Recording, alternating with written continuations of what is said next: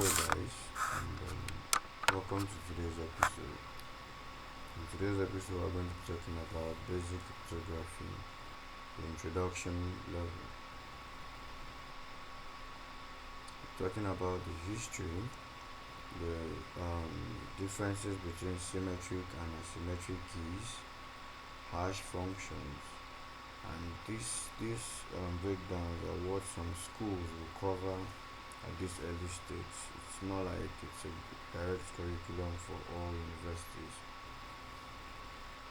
This is the breakdown from cryptology to cryptography, or cryptology has two layers: cryptography and cryptanalysis, and cryptography has three layers under it: symmetric algorithms, asymmetric algorithms, and protocols. So we're going to be diving into a brief history, the ancient roots, and that of World War II and modern cryptography. The early forms, the days of Julius Caesar, ancient roots was used their own ciphers then, or their own coded ways, shifting the pattern of shifting letters in the alphabet to conceal messages. And in the World War II era, we had what we call the Enigma machine by the Nazis, that the Germans. So they used that to proceed with their own secret conversations and their own making their chat private and secure. And it was in the days of Alan Turing and others like Bletchley Park.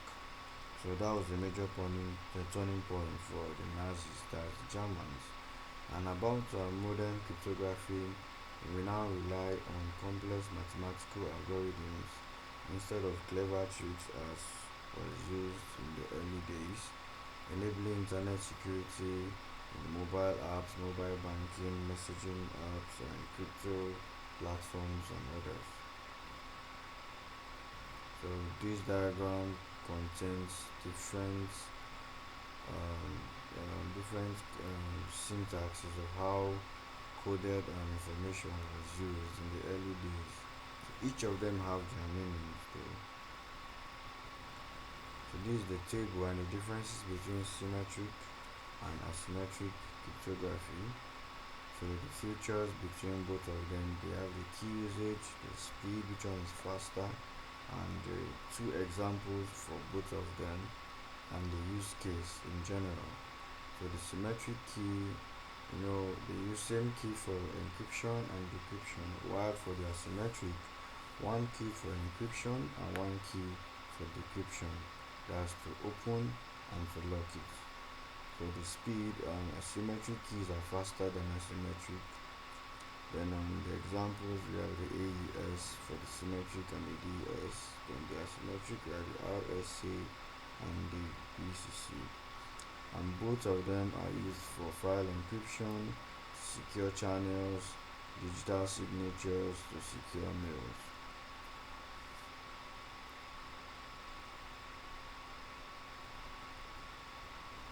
Hash functions. These are like digital fingerprints. They convert data into a fixed length value that cannot be reversed. Then the properties, they're mostly one way. Yes, they're straight and direct. You can't derive the original data from the hash. Then they're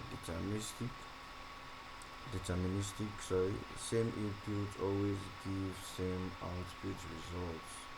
Then the collision, the resistance. So they are hard to find two inputs with the same hash. Each of them have their different hash syntaxes. It's difficult to find a same pattern using the same hash. Each of them has their different setup, and that's the specialty of hash functions. So we have examples. We have the MD5, which is currently obsolete. Then we have the SHA1, which is a weak phrase. Then we have the SHA to the 256, which is widely used and trusted all over. So user cases are the verifying file integrity for password storage and digital structure. So the this is how the hash works. So from the original plain text message which is being coded, it breaks it down into 5 blocks. As you can see, from the data block 1 to data block 5, which then brings it down to the mathematical hash function and provides the value that the computer understands. Thank you.